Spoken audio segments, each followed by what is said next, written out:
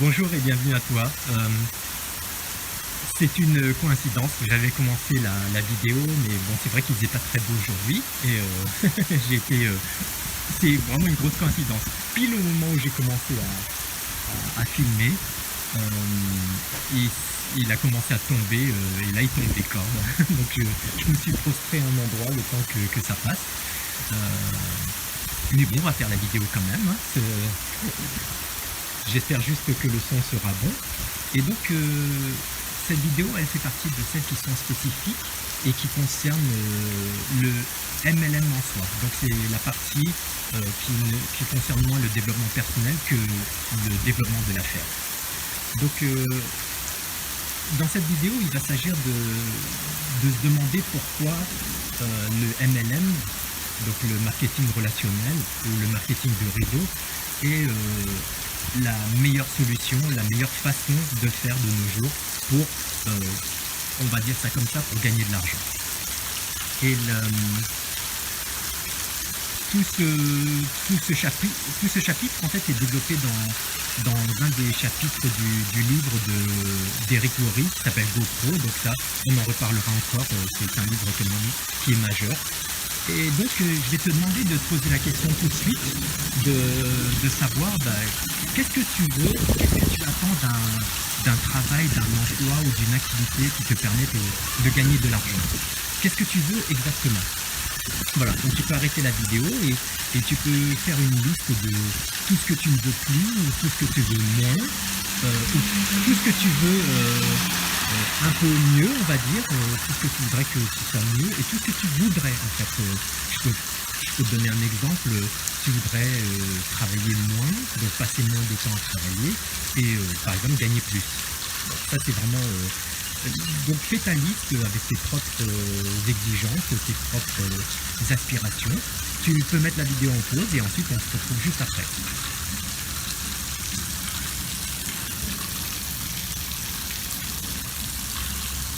Voilà, donc je vais te donner la liste de ce qui se trouve dans le livre d'Eric Worre, hein. Euh, Parmi les choses qui sont un peu négatives et qu'on voudrait soit changer, soit améliorer, c'est d'abord ne pas avoir de patron. Bon, on ne se posera pas forcément de questions exactement pourquoi, etc. Ça sera peut-être sujet d'une autre vidéo, mais elle risque d'être très longue, celle-là. Et donc, d'abord, c'est de ne pas avoir de patron. Ensuite, c'est de ne pas avoir de déplacement inutile. On comprend bien, par exemple, les allers-retours qu'on fait au travail tous les jours, puisque c'est le lot quotidien de presque tous les employés. Pire encore pour ceux qui conduisent et qui donc sont chauffeurs. Euh, Pas de réveil matin, donc on revient à la notion un peu de gestion de temps, mais surtout de liberté dans le temps. Euh, Pas d'employés.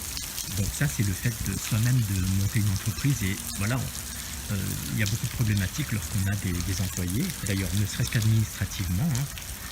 euh, Pas de politique, on en parlera un peu.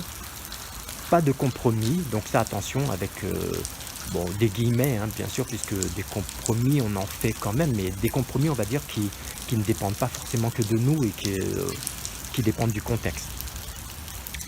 Pas de discrimination, ce qui arrive malheureusement trop souvent dans le domaine du travail, lorsqu'on est employé par exemple. Euh, Celui qui décide de notre emploi, c'est quand même notre employeur. Pas d'exigence en matière d'éducation. On sait que de nos jours, quand on n'a pas de diplôme, on fait partie des gens qui n'ont pas de diplôme, et donc voilà. Maintenant, parmi les choses qui sont positives, de ce que les gens peuvent attendre, donc ça peut te concerner toi ou pas, euh, c'est d'abord d'avoir un excellent service ou produit, c'est-à-dire de travailler euh, dans une entreprise qui a un excellent produit, ou en général dans notre pays, plus un excellent service. Euh, des revenus illimités. Illimité dans le sens ce n'est pas limité, hein, donc limité quand même à quelque chose, notre travail par exemple, la qualité de notre travail, plus que le temps de travail. Un revenu résiduel, donc ça si tu ne sais pas ce que c'est, on en parlera dans d'autres vidéos. Des gens avec qui il est agréable de travailler, ça on va voir que c'est un choix personnel dans le marketing de réseau puisque tu es ton propre patron. Euh, mais en tout cas, c'est une demande assez forte, enfin, qui est exprimée par les gens en général lorsqu'il s'agit de travailler. Donc des gens avec qui il est agréable de travailler. La liberté d'organiser son temps, donc ça on l'a vu dans la vidéo d'intro, hein, c'est vraiment quelque chose qui est essentiel. Euh, mais justement, travailler pour quelque chose de significatif, c'est-à-dire d'avoir un sens.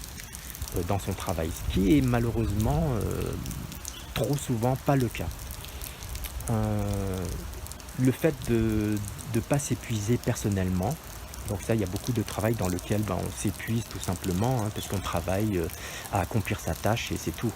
Euh, Euh, Ensuite, un travail dans lequel il y a beaucoup d'avantages. Alors bon, bien sûr, là, c'est facile à dire, donc il faudrait préciser ces avantages, mais on peut justement chercher quel avantage il peut y avoir à avoir tel ou tel travail.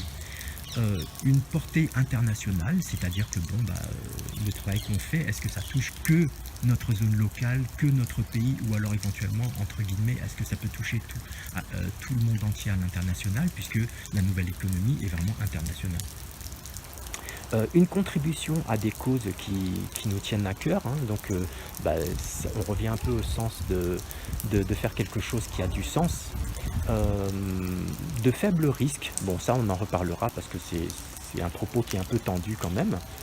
Euh, un faible coût de démarrage, donc là on a une notion de lancement d'affaires, mais pas forcément. Donc on a vu dans l'intro que, et ça il faut le voir selon le marketing de réseau que tu choisis, c'est-à-dire l'entreprise partenaire que tu choisis, bah, combien ça coûte pour démarrer. Ensuite, une imperméabilité, pardon, ouh là là, j'ai du mal à le dire. Une imperméabilité aux soubresauts de l'économie, c'est-à-dire le fait de pas vivre au, aux dépens essentiellement de bah, ce qui se passe dans l'économie. On sait que l'économie, ça monte, ça descend, ça monte, ça descend. Voilà, donc ça, c'est une aspiration de presque tout le monde de se sortir de ce principe. Et c'est souvent pour ça qu'on devient employé, peut-être à tort, peut-être à raison, je ne sais pas. Et bien sûr, une des fortes demandes, c'est le plaisir. Donc le plaisir, ça c'est très relatif, mais il faut qu'on garde quand même cette notion de plaisir qui est important, du coup. Bon, bah, ça s'est un peu calmé, je vais ressortir de nouveau. Et pour répondre à donc euh, cette problématique de répondre à la question pourquoi est-ce que le marketing de réseau, donc le Marketing relationnel ou le MLM est une meilleure solution, eh ben, on va se poser la question de tout ce qui est emploi de nos jours, à quoi est-ce que ça répond? Et pour ça, Eric Worre catégorise 5 types, on va dire, d'emploi, mais d'emploi dans le sens large du terme, hein. Ça peut être, même si on n'est pas employé. et il parle d'abord de la première catégorie qui s'appelle l'école bleue. Et l'école bleue, ce sont les personnes qui, globalement, ont un travail manuel, et c'est un travail dans lequel ils servent quelque chose ou quelqu'un. C'est-à-dire que, typiquement, c'est une personne qui peut travailler dans une usine, qui à l'époque où on minait, était un mineur, par exemple. Donc, des travaux manuels qui peuvent des fois être vraiment très, très, très difficiles. Euh, et donc là, il y a une notion quand même de satisfaction dans le travail lorsque le travail qu'on effectue, eh ben, on le fait bien. Donc ça, c'est quelque chose d'important en soi, mais C'est vrai que euh, euh, c'est pas forcément obligé d'être satisfait quand on fait un bon travail pour autant. donc l'école bleue, on peut se poser la question, est-ce que c'est une solution, on va dire, idéale qui réponde aux critères qu'on avait vus un peu avant? Bah, clairement, on est un employé. On est un employé en plus, le plus souvent de nos jours, c'est un employé de très bas niveau, qui est souvent pas bien payé, puisque c'est un travail manuel. Euh, il n'y a pas beaucoup de sens en général au travail qu'on fait, même si on peut servir une grande cause d'autre part. Mais euh, le, voilà, le salaire il est bloqué, le temps il est bloqué, on a des obligations et on verra aussi après, c'est que de nos jours, il faut de moins en moins de personnes pour travailler et donc ça veut dire que c'est pas tant qu'il y a beaucoup de concurrence puisque là on est tous concurrents mais il n'y a pas de critères de choix en particulier, mais donc il y a beaucoup moins de travail et donc on se retrouve à beaucoup de demandes et peu d'offres, en tout cas relativement. Ensuite, dans la deuxième catégorie, donc, on voit bien que cette première catégorie, elle ne correspond pas du tout donc, à un travail idéal. Dans la deuxième catégorie, on les appelle les cols blancs, contrairement aux cols bleus, et ce sont toutes les personnes qui travaillent dans un bureau en général. On va dire oui, voilà, un employé de bureau, ou quelqu'un qui travaille en général plutôt sans effort physique forcément. Et c'est en général des personnes qui sont à l'emploi d'une autre personne. C'est-à-dire, elles servent dans un processus ou quelque chose. Elles peuvent être en administration, elles peuvent être en gestion de quelque chose, elles peuvent être même en production comme un informaticien de nos jours. Donc ça, c'est l'emploi de nos jours qui est le plus acceptable socialement, dans le sens où, dans les pays tertiaires par exemple, toutes les activités manuelles par exemple sont considérées un peu comme avilissantes. Et donc les cols blancs, ce sont vraiment ceux qui ont un travail qui est le plus acceptable socialement, c'est d'ailleurs le plus répandu. C'est dans les pays comme les nôtres, les pays on va dire évolués, ça tend justement à produire des cols blancs. Voilà. Mais pour autant, ce sont toujours des employés, ils travaillent toujours avec un temps en général bloqué, un temps qui ne dépend pas de leur propre volonté, et leur salaire est aussi limité, puisque le salaire en général est toujours limité, en tout cas en France. Il peut augmenter bien sûr, mais on ne peut pas d'un mois à un autre ou d'une année à une autre être payé le double, et l'année d'après encore être payé le double ou encore plus. Donc c'est un travail qui en effet ne répond pas aux critères, on va dire, d'un travail idéal, ça c'est sûr, ou d'une activité idéale. Et en plus, à une époque, on pouvait jouer sur le fait de travailler dans une entreprise pendant très longtemps, d'être fidèle et d'imaginer que l'entreprise sera aussi fidèle en retour. Et ce respect-là, il n'existe plus de nos jours ou quasiment. Il y a d'autres raisons qui font que ce travail n'est absolument pas idéal, mais on voit bien que dans les conditions, col bleu ou col blanc, ils répondent à peu près à la même chose.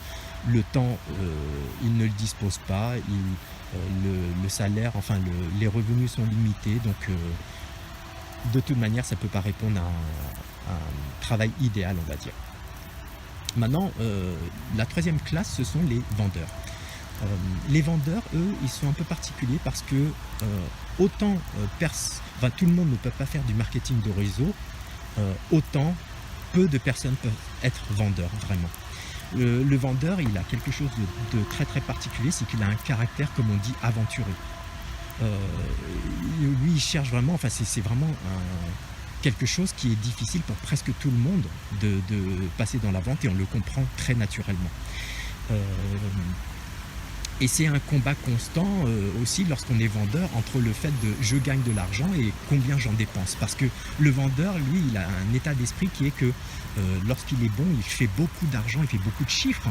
Mais d'un autre côté, parce qu'il fait beaucoup de chiffres, et s'il n'est pas bon gestionnaire de son argent, il va avoir tendance à dépenser à ce moment-là.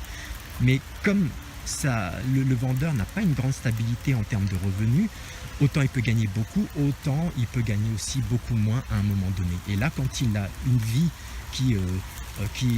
dans laquelle il dépend de plus en plus, dans laquelle il dépense de plus en plus d'argent, et la mentalité du vendeur, et qui vient presque naturellement avec celle du vendeur, fait que il se retrouve bien souvent à travailler de plus en plus parce qu'il a commencé à acheter une voiture, une maison, etc. Et que pour gagner plus, il va devoir travailler plus parce que lui-même a augmenté son standing. Bon, c'est pas forcément une obligation, mais il faut comprendre l'esprit d'un vendeur. C'est comme ça que ça se passe en termes de mindset, on va dire. Donc le vendeur, lui, il a quand même pas mal d'avantages. Il n'a pas le fait de pouvoir gagner de manière illimitée de l'argent, mais quand même, il a un moyen de vraiment, une possibilité d'augmenter ses revenus, en tout cas relativement au mois d'avant ou à l'année d'avant. Mais par contre, Le grand problème, c'est qu'il va devoir travailler de plus en plus et c'est donc un travail dans lequel, en général, on ne peut pas durer très longtemps. Donc, c'est pas du tout idéal. Maintenant, la quatrième catégorie, ce sont les personnes qui se lancent dans la création d'une entreprise, mais on va dire traditionnelle. Donc, ce sont les entreprises qui ne fonctionnent pas comme les MLM. Et donc, dans ces entreprises, le but, c'est de produire quelque chose et de vendre ce quelque chose. Mais comme on est chef d'entreprise, au début en tout cas, et tant qu'on n'a pas d'employé, on doit tout faire. Donc on doit devenir un administratif, on doit devenir un expert de la fabrication de la chose, ce qui est souvent le cas, puisque quand on se lance dans une entreprise et qu'on est spécialisé dans ce truc, par exemple, lorsqu'on est boulanger, voilà, on s'est spécialisé dans le fait de faire du pain, par exemple, mais peut-être de la pâtisserie. Mais par contre, on se retrouve quand même administratif de son entreprise. On doit s'occuper de la logistique aussi. Le pain, il ne suffit pas de le fabriquer, il faut le vendre ensuite. Voilà, donc il faut s'installer, il faut trouver des choses. Il faut vraiment devenir un spécialiste de beaucoup de choses qui ne fait pas partie de son travail d'origine et de forcément sa passion. Voilà. Et dans toutes ces choses, on perd vraiment beaucoup de temps, toute son énergie à faire des choses qu'on n'aime pas et qu'on est obligé de faire. Alors, on peut en venir à aimer ces choses, hein, bien entendu. Ça, c'est encore heureusement. Mais en général, non. Et on le voit bien, ces personnes, il se passe quelque chose ensuite, c'est que ou l'entreprise coule, ou l'entreprise fonctionne. Mais si elle fonctionne, même si elle gagne beaucoup d'argent, et ça c'est tant mieux, il reste quand même un fait important qui est qu'elles ne dépendent pas, enfin elles ne peuvent pas se libérer beaucoup de temps parce qu'elle est chef d'entreprise, elle est responsable de tout à tous les niveaux.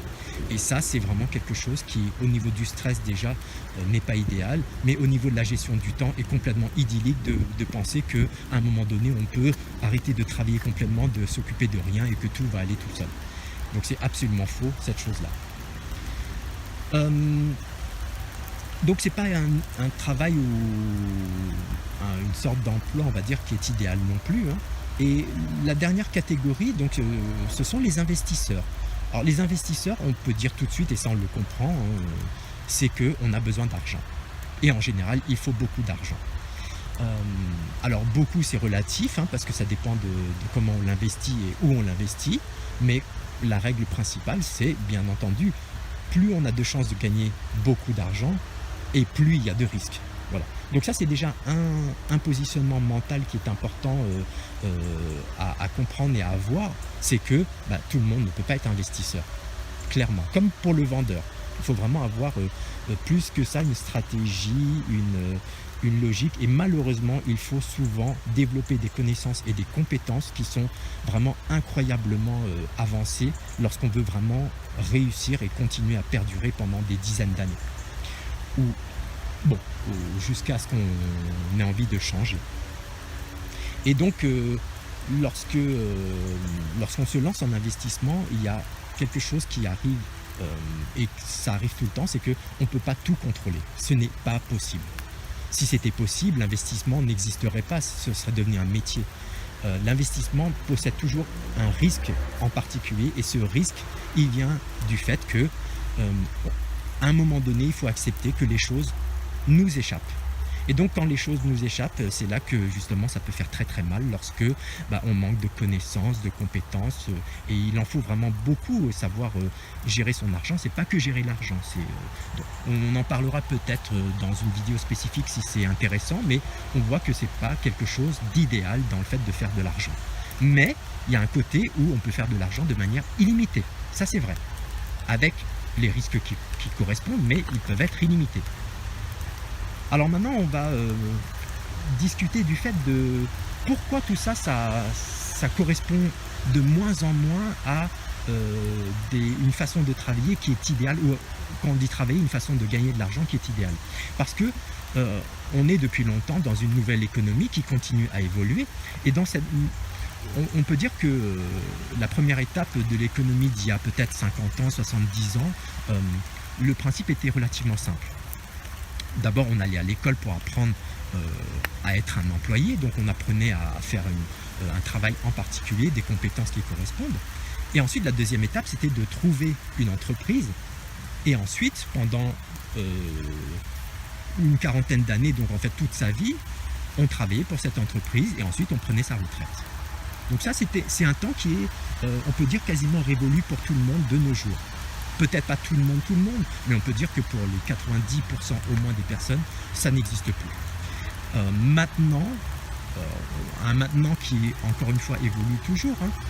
Ce qui se passe en général, c'est qu'on va à l'école, ensuite on trouve une entreprise, et malheureusement ce qui a changé, c'est que tous les 5-10 ans, on doit changer de travail. Pour diverses raisons, parce que les technologies ont changé, les compétences ont changé, etc.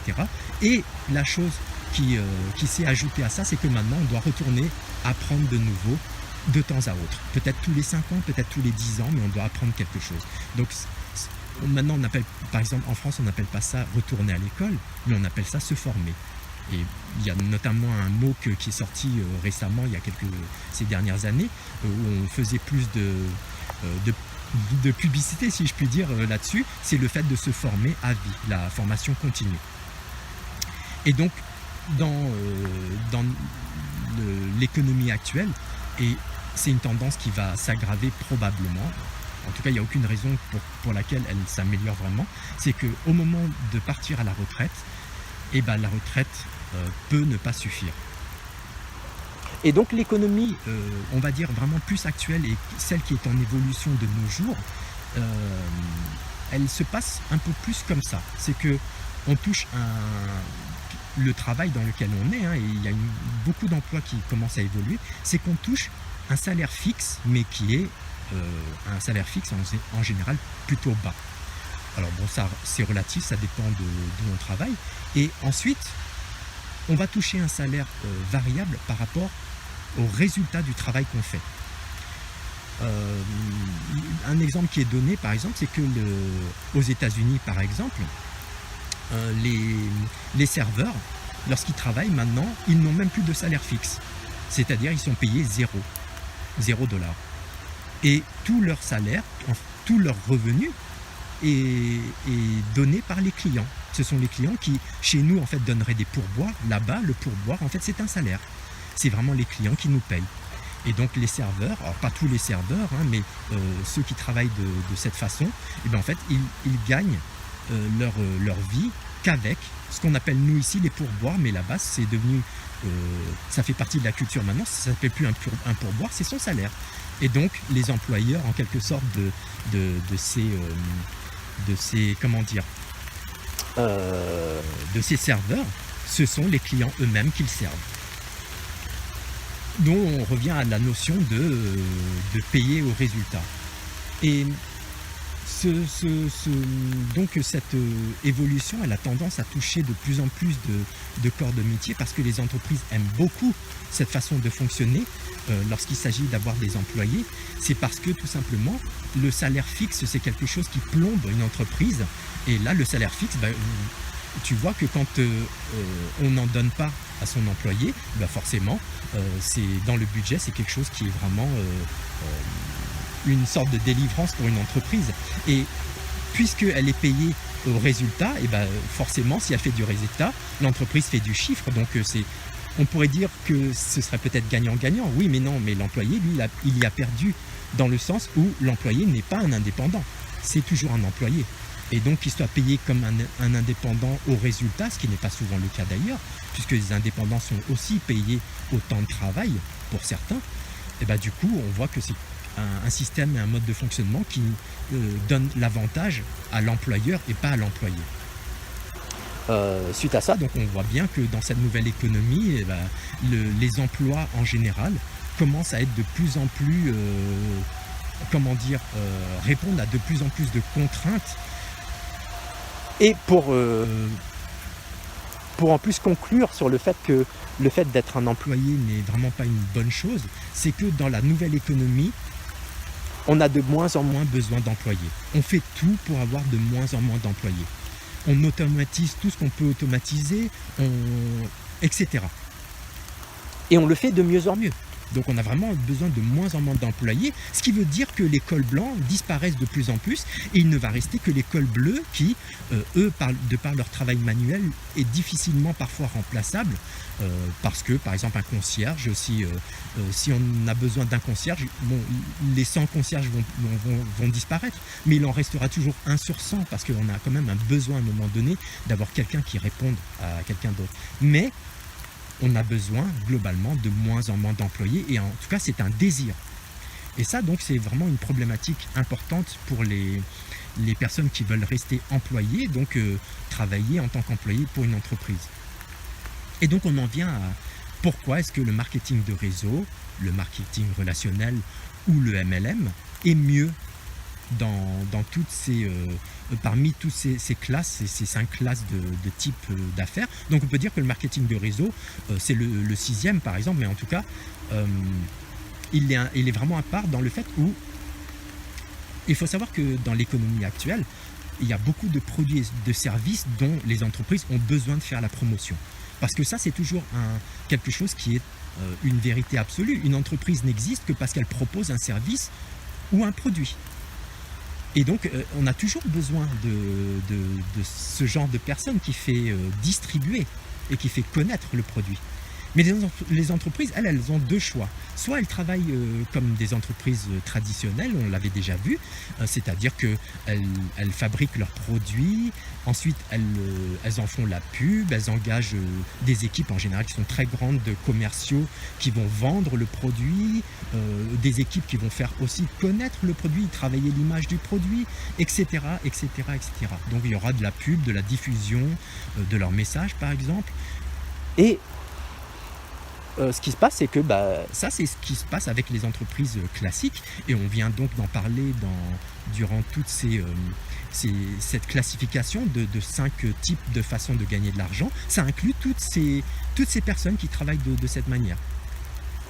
Et la deuxième possibilité, c'est celle de lancer son entreprise, mais pas de manière traditionnelle, c'est-à-dire de fonctionner avec un principe de marketing de réseau lorsqu'il s'agit de distribuer son produit.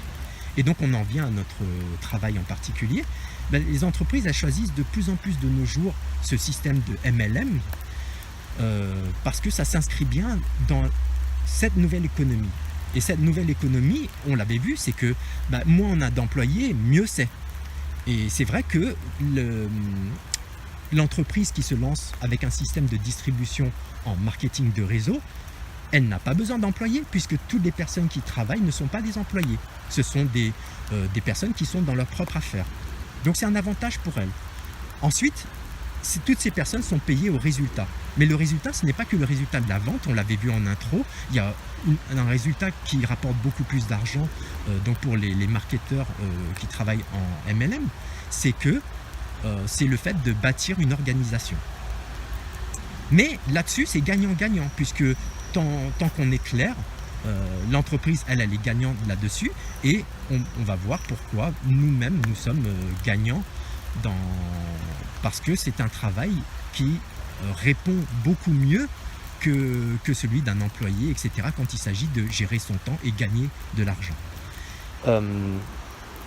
Les entreprises notamment, elles aiment beaucoup le MLM parce qu'elles peuvent promouvoir leurs produits en fournissant essentiellement aux distributeurs, donc les personnes qui sont dans leur MLM, un soutien administratif et logistique. On l'avait vu en intro du club que justement c'est la chose que nous ne faisons pas. Fabriquer le produit ou fournir le service, ça on ne le fait pas. Mais nous, de notre côté, en tant que marketeur dans le MLM, on va faire connaître ce produit, on va essayer de le distribuer. C'est notre travail. Et donc l'entreprise, elle peut vraiment se focaliser sur quelque chose qui est... elle peut mettre tous les moyens qu'elle a pour faire ce pourquoi elle s'est spécialisée, c'est-à-dire fabriquer les produits ou alors fournir le service. Et donc c'est vraiment là-dessus du gagnant-gagnant déjà pour elles, parce qu'elles peuvent vraiment mettre 100% de l'argent qu'elles ont dans l'entreprise en termes de, par exemple, de recherche et développement, en termes de, etc. Mais en plus, dans cette nouvelle économie, la pub, elle se fait souvent, en tout cas, ou beaucoup plus, de bouche en bouche. Ce qui fait que la publicité, elle a toujours un effet et ce sera quelque chose de toute manière qui durera jusqu'à la fin des temps, le fait de faire connaître les choses. Mais la qualité du bouche à bouche, c'est quelque chose qui est complètement différent. On appelle ça de la recommandation, pas que forcément en marketing de réseau, mais on en parlera dans d'autres vidéos. Mais donc le bouche à bouche a un effet complètement différent parce que la personne, souvent, de qui on entend l'information, on la connaît. Et la valeur de l'information a tout de suite plus de valeur que celle qui vient d'une pub, qui est juste informative le plus souvent, ou alors qui essaye de convaincre. Et donc ça, les entreprises aiment beaucoup parce que puisque le bouche à bouche fait partie de la nouvelle économie, si elle s'engage dans une voie de marketing de réseau pour sa distribution, on comprend bien qu'elle va mieux fonctionner par rapport à la publicité. Mais c'est un choix pour elle. Et du coup, pour cette entreprise, le fait de se lancer et de choisir un mode de distribution en marketing de réseau, ça lui permet de ne pas avoir de budget publicité, ni de budget de promotion, ni de budget de marketing en général. Et c'est pour ça que tout ce budget qui n'existe plus, il est redistribué en rétribution à toutes les personnes qui travaillent dans le marketing de réseau et qui participent à faire connaître et puis ensuite vendre le produit. En tout cas que le produit soit acheté. On dit distribuer, c'est la même chose. Et donc pour nous, ce qui se passe, c'est que donc pour toi, tu peux profiter donc de tous les avantages d'un propriétaire d'entreprise, puisqu'on en avait parlé. Tu as vraiment le cadre idéal pour faire de l'argent de manière illimitée, puisque tu n'es limité que par tes résultats. Et tes résultats, on va le voir, ils vont être limités au fait de savoir est-ce que tu as une grande organisation ou pas. Et ça dépend de plein de facteurs, mais si tu es patient et que tu y mets le temps, il n'y a aucune raison pour laquelle tu n'y arrives pas. Mais il faut vraiment avoir quand même quelque part du temps à consacrer à ça, bien entendu, et d'y travailler.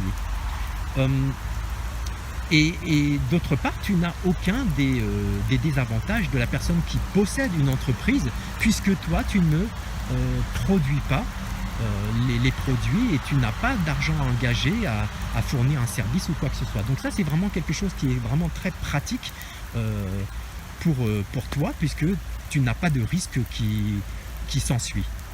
Ce risque, bien sûr, il est pris par ton partenaire, l'entreprise qui va fournir le produit ou le service, et bien entendu, c'est son travail. Donc, il a cette spécialité, il engage tout son argent pour garder cette spécialité, pour la cultiver en tout cas. Et donc, toi, de ton côté, tu n'as pas de limite de revenus, tu as une gestion de temps, puisque tu es ton propre patron, tu gères ton temps, mais ça veut dire que si tu décides de travailler tous les jours pendant 8 heures, c'est toi qui as décidé, voilà. Et ton partenaire, lui, et ça c'est le gros avantage, il a tout intérêt à ce que tu gagnes beaucoup d'argent. Parce que plus tu gagneras d'argent, plus lui en gagnera. Puisqu'il te rétribue au résultat. Si tu gagnes beaucoup d'argent, ça veut dire que tu as beaucoup de résultats. Et ça veut dire que donc lui, de son côté, gagne aussi beaucoup d'argent puisque il te rétribue en conséquence de tes résultats. Et donc de ses propres résultats en termes de vente, on va dire. Mais bon, il y a un gros inconvénient quand même dans le marketing de réseau. Donc on pourra tracer juste après tous les avantages et les revoir de nouveau, mais on le fera dans une autre vidéo. On va dire le gros souci, le gros problème du marketing de réseau, c'est que au début, quand tu commences et pendant un certain temps, tu vas devoir accepter une perte temporaire d'estime sociale à cause du fait que les gens sont ignorants et qui ne comprennent pas ta profession, donc la nôtre. Et ça, c'est un des aspects les plus... on va dire, enfin un des aspects difficiles du travail, c'est que au début, bien entendu, tu vas être méconsidéré, on va te considérer comme tout ce qui est négatif, voilà. Tu as peut-être déjà commencé à le subir, ça, et on en parlera dans une autre vidéo, ça fera partie de la posture d'une personne qui se lance en MLM. Donc voilà, tu vois, globalement, les raisons pour lesquelles en marketing de réseau, c'est pas forcément idéal, mais c'est quand même, sur beaucoup, beaucoup de points meilleur qu'ailleurs, bah, c'est d'une part parce que tu gères ton temps. Mais bien entendu, au début, tu vas gérer ton temps, mais tu vas peut-être pas gagner suffisamment pour disposer de tout ce temps. Il faudra que tu gardes peut-être un travail en parallèle ou alors que une activité en tout cas qui te rapportera de l'argent, le temps que tu puisses en vivre pleinement.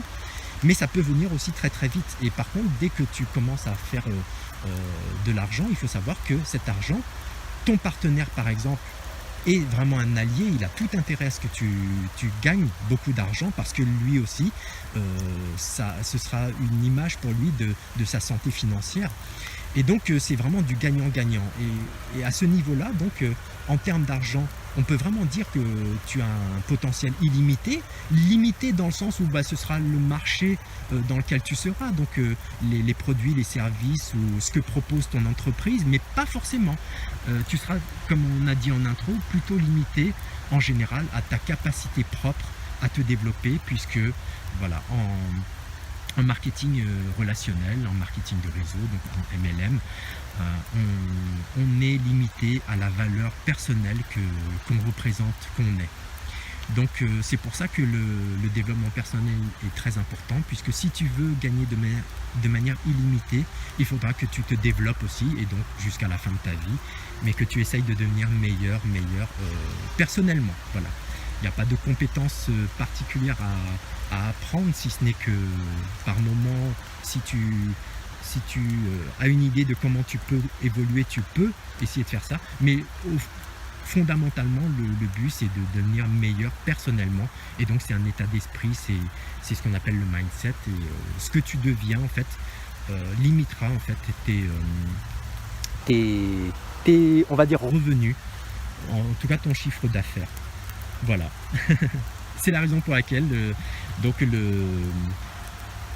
dans le MLM, le système du MLM, c'est un meilleur système. C'est pas un système idéal, c'est pas forcément le meilleur, mais c'est en général un meilleur système déjà pour disposer soit de plus de temps, soit de travailler sur un temps choisi par toi notamment, et d'autre part parce que tu peux vraiment avoir un potentiel illimité en termes de gains financiers propres.